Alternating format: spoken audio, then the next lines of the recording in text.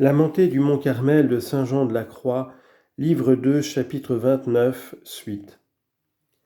Il se trouve néanmoins des esprits si vifs et si pénétrants qu'aussitôt qu'ils se recueillent pour méditer une vérité, ils raisonnent naturellement avec une grande facilité. Ils forment incontinent des paroles intérieures et des expressions très vives de leurs pensées, lesquelles cependant ils attribuent à Dieu, se persuadent qu'elles viennent de lui, quoiqu'en effet ce ne soit que l'ouvrage de l'entendement.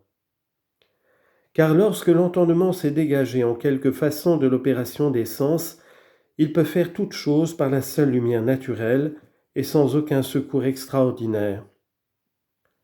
Ce qui arrive souvent à plusieurs qui s'abusent eux-mêmes en croyant qu'ils sont élevés à une oraison sublime et à de grandes communications avec Dieu, et qui écrivent même ou font écrire tout ce qui leur vient en l'esprit, quoique pour l'ordinaire ces prétendues merveilles ne contiennent aucune solide vertu et ne soient bonnes qu'à nourrir l'orgueil et la vanité. Il est nécessaire que ces gens-là s'accoutument à mépriser ces choses et à se fonder dans la solidité d'un amour vraiment humble et dans le continuel exercice des bonnes œuvres. Il faut encore qu'ils imitent la vie souffrante du Fils de Dieu, se mortifiant sévèrement en toutes choses, puisque c'est par cette voie, et non par plusieurs discours intérieurs, qu'on acquiert les biens spirituels et surnaturels. On remarquera aussi que l'esprit de ténèbres s'insinue souvent en ces paroles intérieures que nous appelons successives, surtout lorsque les personnes qui les forment dans leur cœur y sont attachées. Car au moment qu'elles commencent à se recueillir intérieurement, il leur présente des sujets d'égarement si abondants, en suggérant à leur entendement diverses pensées et en formant diverses paroles, qu'il les détourne peu à peu de la vérité et qu'il les engage dans l'erreur par l'apparence de quelques objets vraisemblables. C'est ainsi qu'il a coutume d'agir avec ceux qui ont fait quelques pactes tacites ou exprès avec lui et qui se communiquent à quelques hérétiques et principalement aux hérésiarques, en formant dans leur entendement des raisonnements subtils à la vérité, mais faux et erronés. Il s'ensuit de ce que nous avons dit jusqu'ici, que 3 causes peuvent concourir à la production des paroles intérieures successives, à savoir le Saint-Esprit qui meut l'entendement et qui l'éclaire, la lumière naturelle de l'entendement même, et le démon par ses secrètes suggestions. Il faudrait donner maintenant des marques pour connaître de laquelle de ces 3 causes ces effets naissent, mais il est très difficile d'en apporter d'assez certaines pour en faire le juste discernement. En voici toutefois quelques-unes qui sont générales.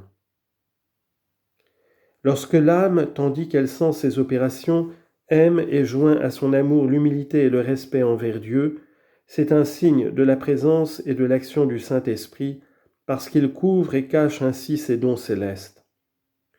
Mais quand le seul entendement agit par la force de ses lumières naturelles, il n'y a en tout cela aucune vertu, quoique la volonté puisse alors concevoir quelque amour pour Dieu. C'est pourquoi, à la fin de la méditation, la volonté demeure sèche, aride, froide, quoiqu'elle ne soit encline ni à la vanité ni au mal, sinon lorsque le malin esprit la tente et la porte à ses vices.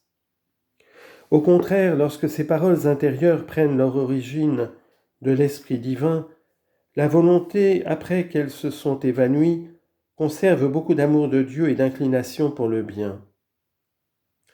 Il se peut néanmoins faire que Dieu la laissera pour sa plus grande utilité dans l'aridité et dans le dégoût. D'autres fois aussi, elle ne sentira presque pas ses opérations ni les mouvements qui l'excitent aux vertus, quoique les choses dont elle a joui dans sa contemplation soient effectivement bonnes et surnaturelles.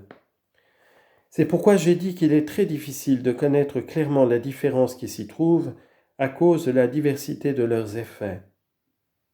Ceux néanmoins que nous venons de remarquer sont les plus communs et les plus ordinaires, quoiqu'ils soient quelquefois plus et quelquefois moins abondants. Pour ce qui concerne les connaissances et les paroles intérieures qui procèdent du démon, on s'en aperçoit malaisément. Car quoiqu'elles affaiblissent la volonté dans l'amour de Dieu et qu'elles inclinent l'âme à la vanité, à l'estime d'elle-même et à la complaisance en ses propres perfections, elles lui inspirent une fausse humilité et un amour vif et ardent, fondée en l'amour-propre, de sorte que les seules personnes éclairées et spirituelles sont capables de les découvrir et de connaître les artifices de cet esprit de ténèbres. Il en use ainsi pour se cacher plus adroitement. Il excite même dans le cœur des sentiments si touchants qu'il en tire les larmes des yeux et qu'il allume dans le fond de l'âme l'amour qu'il se propose.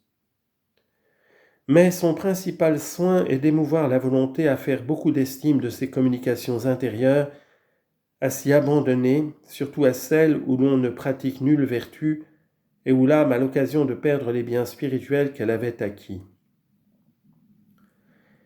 Il reste à nous servir de toute la circonspection nécessaire en ces deux sortes d'opérations, de peur d'être ou trompés ou retardés en notre course.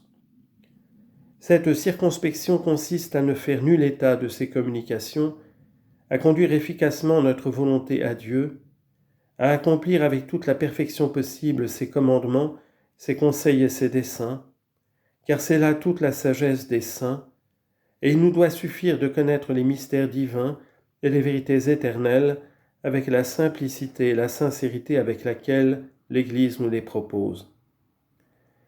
C'est principalement ce qui nous enflamme de l'amour divin.